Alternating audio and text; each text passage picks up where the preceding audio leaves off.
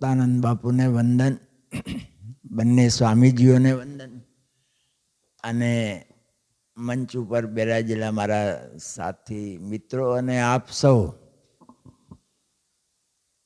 આમ તો આ મારા માટે જે નિમંત્રણ કાર્ડ આપણું છે એમાં મારા એકના જ પહેલાંમાં મારી ઉંમર લખેલી છે 86 વર્ષ.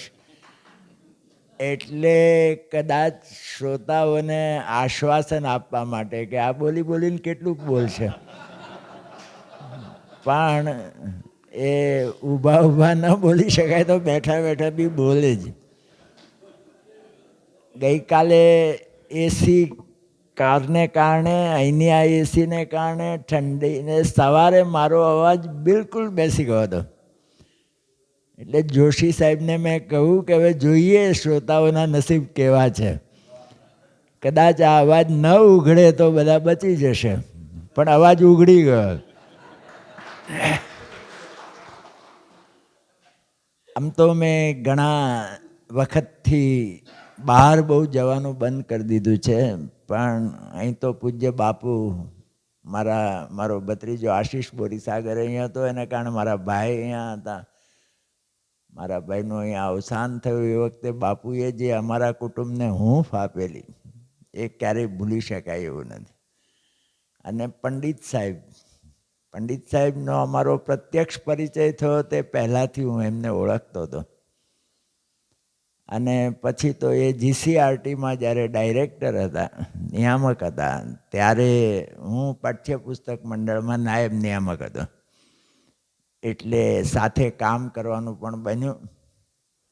પંડિત સાહેબ એક પ્રામાણિક અને નિર્ભીક અધિકારી તરીકે એ બધામાં જાણીતા હતા. એમનો ફોન આવ્યો, હું ટાળી ન શક્યો, ના ન કહી શક્યો, એટલે આજે ઉપસ્થિત થયો છું. પણ મેં જોશી સાહેબને કહ્યું કે કેટલો સમય બોલવાનો, કારણ કે ઘણું મોડું થયું છે, પૂજ્ય બાપુને પણ આપણે સાંભળવાના છે. એમણે 20-25 મિનિટ કહ્યું છે. આમ કહેવામાં જોખમ હશે. એક વક્તાને એવું કહ્યું કે 20-25 મિનિટ એને સરવાળો કરીને 45 મિનિટ બોલે. એટલે હું એવો સરવાળો તો નહીં કરું, પણ એક સરસ કામ કરી રહ્યો છું હું. કાલે રાતના મેં જોયું, સાંભળ્યા બધાને, એક સરસ કામ થઈ રહ્યું છે.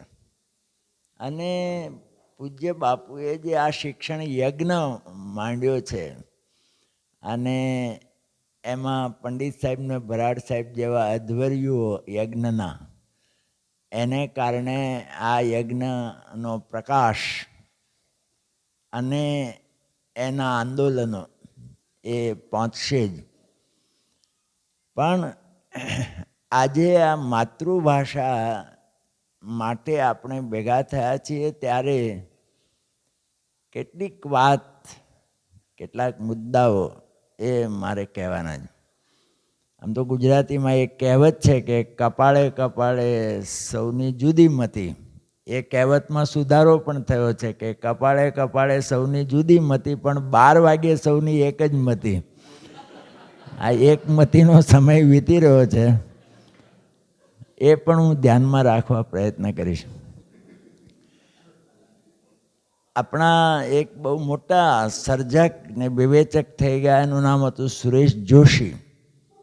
એ સુરેશ જોશીએ 7મા દાયકામાં એમ કહેલું કે ગુજરાતી નવલકથાનો નાભિશ્વાસ ચાલી રહ્યો છે, એવું નિરાશ થઈને કહેલું. આજે સુરેશ જોશી હોત તો એમને એમ કહેવાનું પ્રાપ્ત થાત કે માત્ર નવલકથાનો નાભિશ્વાસ ચાલી રહ્યો નથી, સમગ્ર માતૃભાષાનો નાભિશ્વાસ ચાલી રહ્યો છે. એ સ્થિતિમાં આપણી માતૃભાષા મુકાય છે, અને એને બચાવવા માટે થઈને અથવા માતૃભાષાને ઉગારવા માટે જે બધાનો પ્રયત્ન હોવો જોઈએ, પણ તમે શિક્ષકો એ વધારે સારું કરી શકો. અને એમાં પંડિત સાહેબ છે, ભરાડ સાહેબ છે, મુક્તાનંદ બાપુ અને મોરારી બાપુ જેવા માતૃભાષાના ચાહકો સંતો, એ એમની જે કંઈ વર્ગ હોય, એમની આમ જે કોઈ એમનું વિશેષ બધા સાંભળવાના, તો એ બધા ભેગા થઈને આપણે માતૃભાષાને માટે શું કરી શકીએ એ આપણે વિચારી રહ્યા છીએ. પણ પહેલાં આપણે એ સમજવાનું છે કે આપણે શું કરવાનું છે. એ મુખ્ય વાત એ પણ સમજવાની છે. અત્યારે તમે જુઓ કે માતૃભાષાના શિક્ષણની શી સ્થિતિ છે. 10મા ધોરણમાં 1,00,000-1.5 લાખ વિદ્યાર્થીઓ વર્ષોથી નાપાસ થાય છે. 10 ધોરણ સુધી ગુજરાતી ફરજિયાત છે, એટલે એ વિષયમાં નાપાસ થાય છે, એટલે એ સમગ્ર એનું આખું વર્ષ બગડે છે. હવે તમે વિચાર કરો કે પહેલા ધોરણમાં બાળક દાખલ થાય ને 10મા ધોરણ સુધી એ ભણે, 10 વર્ષ ભણે, અને 10 વર્ષ પછી એ 35 માર્ક પણ ન લાવી શકે પોતાની ભાષામાં. આ કરુણતા, જાણે હવે આપણે છે ને થોડા કરુણતા પ્રૂફ થતા જઈએ છીએ, એટલે આપણને આમ બહુ પછી અડતું નથી. થોડીક વાર આ પરિણામ છાપામાં આવે ને થોડા ટીકા ટિપ્પણ થાય ત્યારે આપણે જરા હલબલીએ, પાછું એનું એ. તો આ સ્થિતિમાં માતૃભાષાને આપણે બચાવવા માટે શું શું કરવાનું છે? પહેલાં તો એક પહેલી વાત, તમે શિક્ષકો છો અને એમાં જે પ્રાથમિક શાળામાં 8 ધોરણ સુધી જે ભણાવે છે એ શિક્ષકોએ એક વાત એ સમજવાની છે, જે ઘણા ખરા શિક્ષકોના ખ્યાલમાં નથી.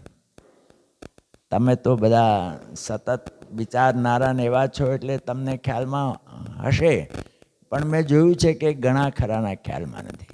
એ છે કે જેને આપણે માતૃભાષા કહીએ છીએ એ માન્ય ભાષા છે. જે માતૃભાષા છે એ તો બાળકની માતૃબોલી, એ એની માતૃભાષા છે. બાળક જે ઘરમાંથી આસપાસમાંથી જે બોલતા શીખે અને જે બોલે એ એની માતૃભાષા છે.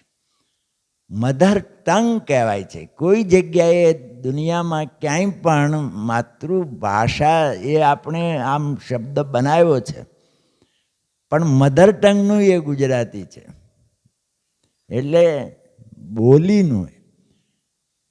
કેળવણી પરિષદ, ગુજરાતી કેળવણી પરિષદનું શિક્ષણ સત્ર હતું ત્યાં મહુવામાં, ત્યારે એક શિક્ષકે પ્રશ્નોત્તરીના ગાળામાં એક શિક્ષકે મને પૂછ્યું કે વિદ્યાર્થી આવે છે ને વર્ગમાં તો એ અશુદ્ધ ગુજરાતી બોલે છે, તો મારે શું કરવું? એમ કે એમણે દાખલા આપ્યા. એટલે કે આપણે જે બોલીના શબ્દો છે, હવાર, હાંજ, એમ આપણે કહીએ ને, એ જે આપણા બોલીના ઉચ્ચારણો છે, બોલીના શબ્દો છે, એ બાળક એ બોલે છે અને કેવી રીતે ભાષા સુધારવી એની. તો મેં એમને કહ્યું કે એ બેન હતા, શિક્ષિકા બેન, મેં કહ્યું બેન એ અશુદ્ધ છે જ નહીં, એ એની બોલી છે, માતૃબોલી છે. આપણે જેને શુદ્ધ ભાષા કહીએ છીએ એ તો માન્ય ભાષા છે, જેનું વ્યાકરણ છે, જે ભાષા વ્યવહારમાં આખા રાજ્યમાં વપરાય છે એ માન્ય ભાષા છે. અંગ્રેજીમાં એને સ્ટાન્ડર્ડ લેંગ્વેજ કહીએ છીએ. પહેલી જે બાળક બોલે છે જે એ એની માતૃબોલી છે, અને એ અશુદ્ધ છે જ નહીં. બાળકના મનમાં એવો સહેજ પણ ખ્યાલ રોપશો નહીં કે એ અશુદ્ધ બોલે છે. એને આપણે માન્ય ભાષામાં લઈ જવાના છે. એને એની બોલીમાંથી માન્ય ભાષાના શબ્દો શીખવવાના છે, માન્ય ભાષાના વાક્યો શીખવવાના છે. માન્ય ભાષામાં એને લખતા, બોલતા, વાંચતા આવડે એવું આપણે શિક્ષણ દ્વારા કરવાનું છે. એ આપણું કામ છે. આપણું કામ એ નથી કે તું આ હવાર નહીં બોલવાનું, સવાર બોલવાનું એ આપણું કામ નથી. એ હવાર બોલે છે બિલકુલ બરાબર છે, એ બિલકુલ શુદ્ધ છે. એટલે એને એની સ્વાભાવિક ભાષામાંથી આપણે કૃત્રિમ ભાષામાં લઈ જવાના નથી. પણ આપણું શિક્ષણ આપણે એવી રીતે ગોઠવવાનું છે કે એ સમજતો થાય કે આ જે ભાષા હું શીખી રહ્યો છું એ માન્ય ભાષા છે અને એનું વ્યાકરણ છે, વ્યવહારમાં એ વપરાય છે, એ મારે શીખવી જ જોઈએ. એવું ન શીખવું તો મારો વ્યવહાર ચાલે નહીં. આ બાળકને સ્વાભાવિક રીતે, એટલે જેમ એક મોટર પૂર ઝડપે જતી હોય અને એકાએક આમ ડ્રાઈવર વાળી દે ને આખા બેઠેલા બધા હલી જાય, એવી રીતે નહીં. પણ એક હોડી જતી હોય પાણીમાં ને પેલો નાવિક આમ દિશા બદલે તો ખ્યાલ ના આવે હોડીમાં બેઠેલાને, એવી રીતે બાળકને બદલવાનું છે. એટલે આ પહેલું કામ એ આપણે કરવાનું છે. પછી જે આપણે જે એલવી જોશી ને બધા મિત્રો કામ કરે છે ભાષા શુદ્ધિનું, એ તો મહત્ત્વનું કામ છે જ, પણ એ માન્ય ભાષાની શુદ્ધિનું કામ છે. પણ બાળકના મનમાં રોપવાનું નથી કે તું જે બોલે છે અથવા જે ભણેલા નથી એ બોલે છે, એ ખોટું બોલે છે, એ અશુદ્ધ બોલે છે, એ એના મનમાં જરા પણ રોપવાનું નથી.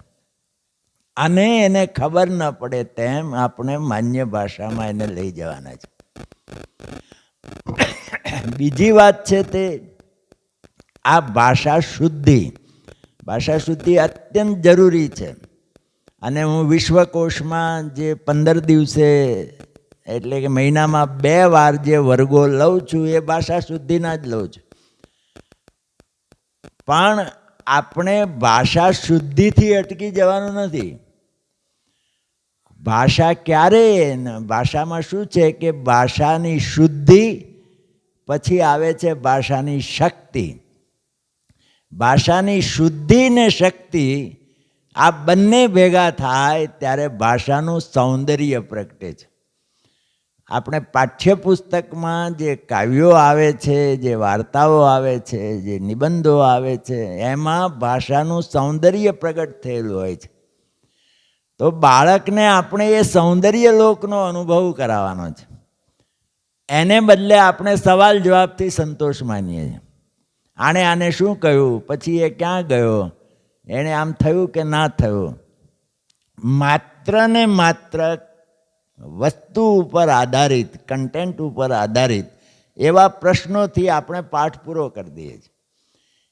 એ પાઠમાં વપરાયેલી ઉમાશંકર જોશીનું કાવ્ય હોય અને એ જ ભાષા જ્યોતિન્દ્ર દવેના હાસ્યના નિબંધમાં હોય ને એની એ જ ભાષા પન્નાલાલ પટેલની કરુણ વાર્તામાં પણ હોય.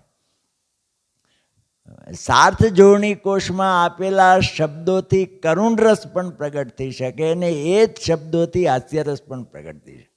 આ સર્જકતાનો જાદુ છે. આ જાદુ આપણે બતાવવાનો છે. સુરેશ જોશીનું એક ગુજરાતી કવિતાનો આસ્વાદ એ નામનું એક પુસ્તક છે. એમાં એક કૃષ્ણલાલ સુધરાણીનું એક કાવ્ય છે પતંગિયુંને ચંબેલી. એનો આસ્વાદ સુરેશ જોશીએ કર્યો છે. એનું પહેલું વાક્ય શું છે ખબર? એનું પહેલું વાક્ય એવું છે કે આવો તમને જાદુ બતાવું. આ તમારે જાદુ બતાવવાનો છે. સાહિત્ય શુદ્ધિ એ તો પાયો છે, એ વગર ચાલવાનું નથી. ભાષા શુદ્ધિ બાળક સાચી રીતે બોલતા શીખે, સાંભળતા શીખે, લખતા શીખે, વાંચતા શીખે અનિવાર્ય છે. તો જ એ માતૃભાષાનું શિક્ષણ થયું કહેવાય. પણ એ તો પહેલું પગથિયું છે. આપણે તેને છેલ્લી ટૂંકે લઈ જવાનો છે. અને એ છેલ્લી ટૂંક છે તે માતૃભાષાના સૌંદર્ય લોકની ટૂંક છે. એ સૌંદર્ય લોકનો એને અનુભવ કરાવવાનો છે. પણ પહેલાં આપણે અનુભવ કરવાનો છે અને પછી એને બાળકને અનુભવ કરાવવાનો. એટલે માતૃભાષાના શિક્ષણની વાત જ્યારે કરીએ છીએ ત્યારે આ માતૃબોલી અને માતૃભાષા એટલે કે માન્ય ભાષા એ બે વચ્ચેનો તફાવત પણ આપણા મનમાં બરાબર હોવો જોઈએ. અને માતૃબોલી શું કામ માતૃભાષા કહેવાય છે? કોઈ પણ આ જે માન્ય ભાષા છે તે જગતભરમાં મધર ટંગ તરીકે જ ઓળખાય છે. શા માટે? માની ભાષા.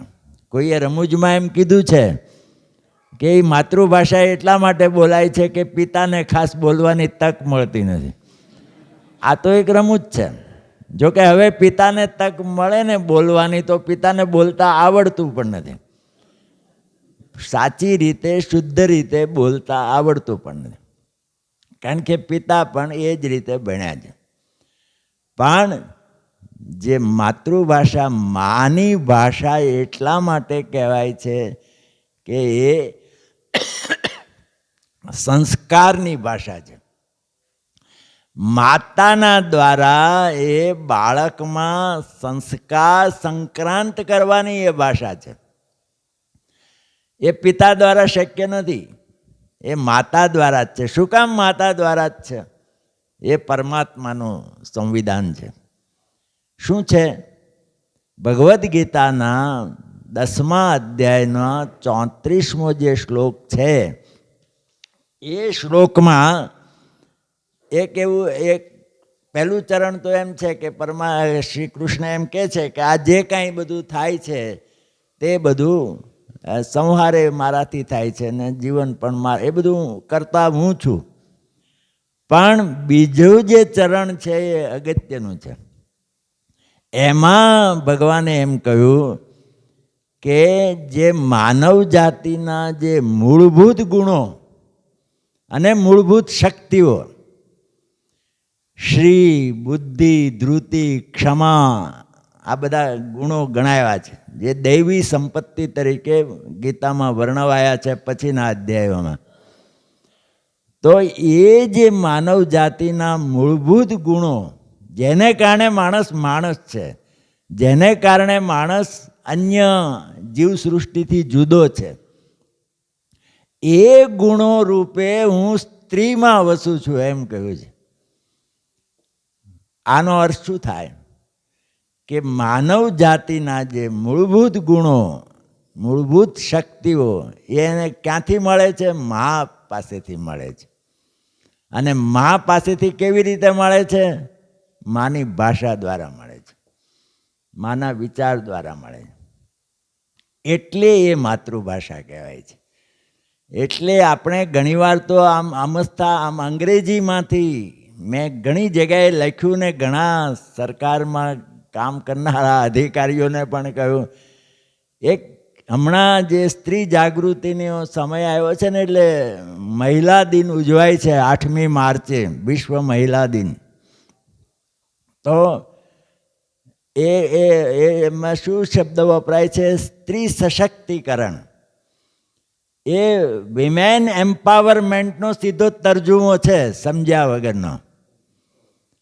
એ અંગ્રેજીમાં બરાબર છે. ગુજરાતીમાં આપણે સ્ત્રી સશક્તિકરણ એટલે શું? જે અશક્ત છે એને સશક્ત કરવું, એનું નામ સશક્તિકરણ. એ સંસ્કૃતમાં ચવી રૂપનો પ્રયોગ છે. તો હવે જે દેશમાં સ્ત્રી શક્તિ રૂપે પૂજાય છે, ક્યાંય આ જોયું નથી. માતાજી શક્તિ રૂપે જે દેશમાં સ્ત્રી પૂજાય છે એને સશક્ત કરવાના આપણે પ્રયત્નો કરવાની વાત કરીએ છીએ. એટલે મેં હમણાં જ એક મેગેઝિનમાં લેખ કર્યો, એમાં લખ્યું સાચો શબ્દ સ્ત્રી સશક્તિકરણ નથી, સ્ત્રી શક્તિ જાગૃતિકરણ છે. સ્ત્રીની શક્તિ જે કુંઠિત થઈ ગઈ છે, જમાનાઓથી કુંઠિત કરી દેવામાં આવી છે, એ શક્તિને તમારે જાગૃત કરવાની. કારણ કે એની આ જવાબદારી છે કે ઘડતરનું કામ આ કરે, માં કરે. અને આપણે જાણીએ છીએ કે આમ આપણા કેટલાક કાવ્યો, કેટલીક વાર્તાઓ માં આ કામ કરતી હતી. આપણા હાલરડા તમે જુઓ કે આજે ભણેલી ગણેલી બહેન છે તે કેટલી બહેનોને હાલરડા આવડતા હશે, કેટલી શિક્ષિકાઓને હાલરડા આવડતા હશે. એણે હાલરડા ગાવાના નથી, બરાબર છે, પણ હાલરડા એ બહુ મોટી સંપત્તિ હતી આપણી પાસે. અને એ જે અભણ માં છે, જેને આપણે અભણ કહેતા હતા, નિરક્ષર, એ અભણ માતા એ હાલરડા દ્વારા એ ઘડતર કરતા હતા. દાખલા તરીકે એક હાલરડું બહુ જાણીતું છે, આપણા લોક ગાયકો એ બહુ રજૂ કરે છે. એમ કે વીરો મારો ડાયો, પાટલે બેસી નાયો, પાટલો ખસીને વીરો આવ્યો હસી. વીરો એટલે જે નામ હોય છોકરાનું એ નામ બોલે એમાં. હાલરડું એનું એ, પણ એમાં નામ જુદા જુદા આવે. તો મેં આપણા સારા સારા લોક ગાયકોના મોંએ આમાં મજાક પણ કરતા જોયા છે. એ એમ કે લોકોને હસાવવા માટે, એટલે ડાયરો લાંબો ચાલતો હોય તો એમાં જરા હળવાશ લાવવી પડે. તો એ એમ કે પાટલો ખસી જાય તો વીરો હસી ના આવે, નાક ભાંગી જાય તો રોતો આવે. એમ કે એ હાલરડાને સમજ્યા જ નથી. એ હાલરડું એમ કે છે કે પાટલો ખસી જાય ને, હવે તમે અહીં આપણે સૌ પુખ્ત ઉંમરના બધા બેઠા છીએ, કોનું જીવન એવું હશે કે જેને ક્યારેય પાટલો ખસી ગયાનો અનુભવ જ નહીં થયો હોય? પાટલો ખસી જવાનો, આપણો આધાર ખસી જવાનો અનુભવ આપણને જીવનમાં થયા જ કરતો હોય છે. એ વખતે રડવાને બદલે હસવાનું, એ બદલે એ વાત છે. એ આ પ્રોગ્રામિંગ છે. નાના બાળકના ચિત્તમાં આ પ્રોગ્રામિંગ છે, અને એ પ્રોગ્રામિંગ કામ આપશે જ. આ ગર્ભ સંસ્કારની વાત હવે પાછી આપણે સ્વીકારી. પરદેશીઓએ જ્યારે કહ્યું કે ના ના, મા ગર્ભસ્થ શિશુ ઉપર માના વિચારો અથવા માની લાગણીઓ અથવા માની મનોસ્થિતિ એ બધાની અસર થાય છે. આપણે અભિમન્યુની વાતને તો વાર્તા કહીને હસી કાઢી કે આ તો ઠીક છે, વાર્તા છે, પણ આ લોકોએ પ્રયોગ કરીને કર્યું ને હવે આપણે ત્યાં પણ આ સ્વીકારાયો છે. જોશી સાહેબ કાલે જ કહેતા હતા, ચિલ્ડ્રન યુનિવર્સિટી દ્વારા પણ આના પ્રયોગો થાય છે ને થયા છે.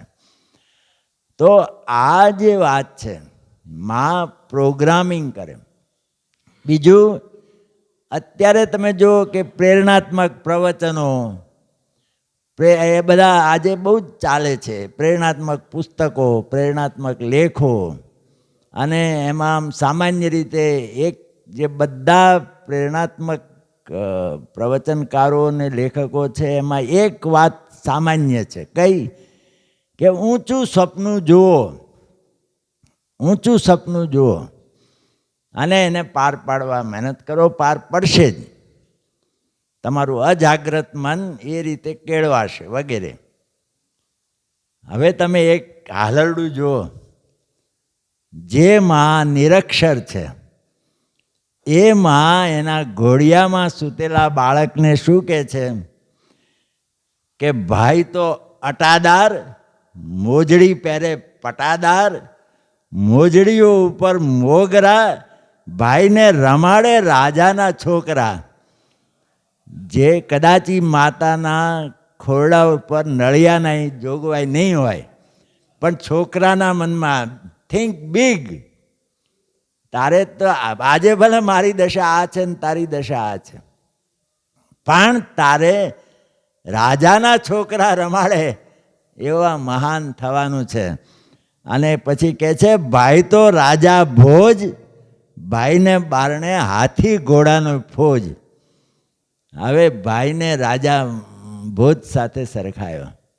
તો આ જે વાત છે, થિંક બિગ, બરાબર છે વાત, પણ એક વાત મોટા ભાગના કહેતા નથી આપણી સંસ્કૃતિમાં. આ વાત કે છે થિંક બિગ, પણ પહેલું એનું આગળ શું છે ખબર છે? Think right.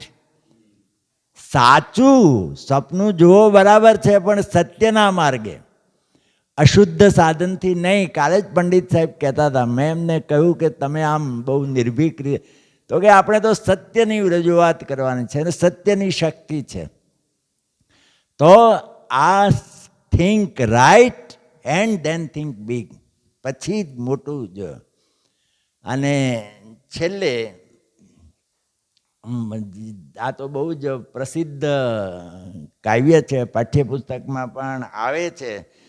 પણ તમે જુઓ કે એક માં એના બાળકને એ મોટું થાય ત્યારે એણે જે ધર્મ બજાવવાનો છે, જે કર્તવ્ય કરવાનો છે, એ કર્તવ્ય કરવા માટે એના બાળકને કેવી રીતે તૈયાર કરે છે. એ શિવાજીનું હાલરડું મોટાભાગના આપણા બધા જ પેલા કસુંબીનો રંગ અને આ શિવાજીનું હાલરડું એ આપણા લોકગાયકો બહુ સરસ રીતે રજૂ કરે છે. કસુંબીનો રંગ એ ધોળા ધાવણ કેરી દારાએ દારાએ પીધો કસુંબી. આ એ માના ધાવણમાં એ માત્ર શરીરને પોષવાની વાત નથી, એના હૃદયને પણ પોષવાની વાત છે.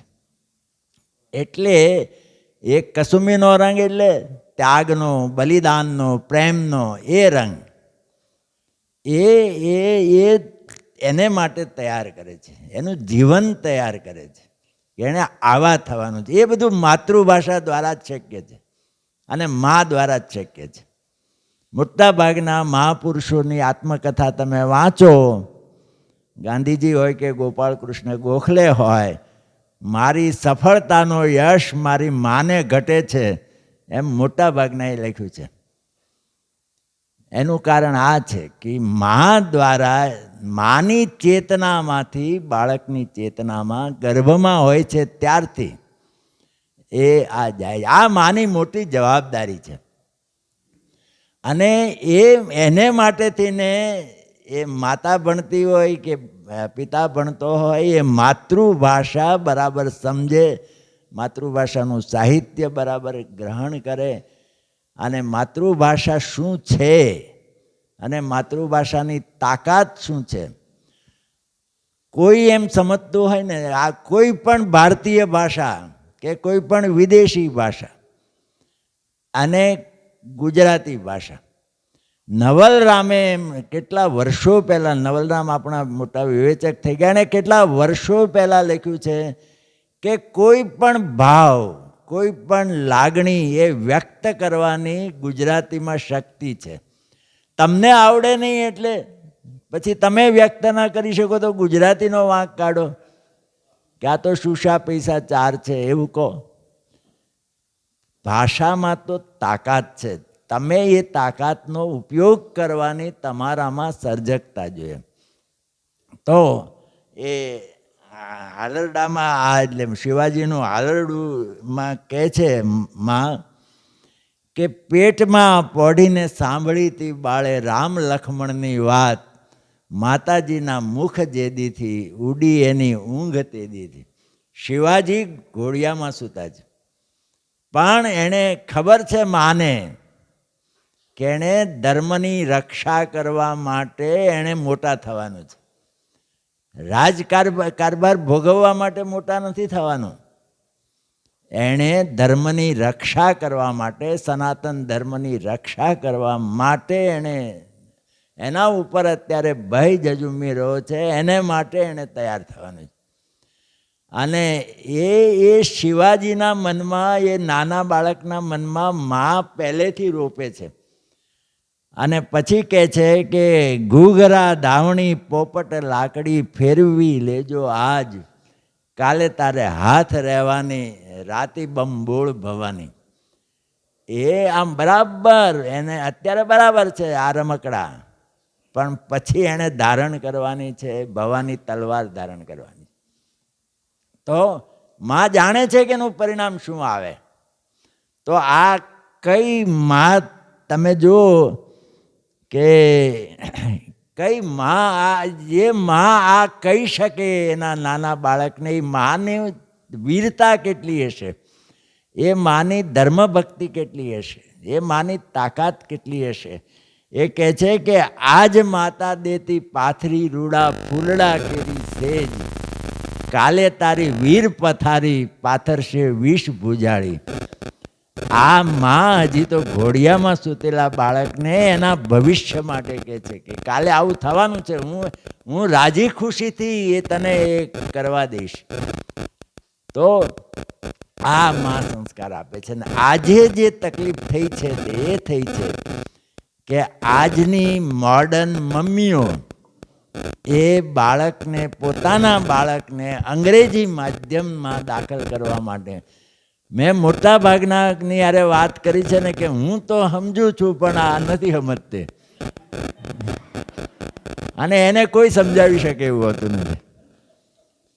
આ તો કેવું થયું, એક ફિલ્મનું ગીત છે, અમર પ્રેમ એ નામની ફિલ્મમાં એક ગીત આવે છે કે ચિનગારી જો ભડકે પાनी उसे बुझाए, पानी जो आग लगाए उसे कौन बुझाए. આ મમ્મી જ ન સમજે કે આ બાળકને, પહેલાં હું બહુ માથાકૂટ કરતો હતો માતા પિતાઓ સાથે.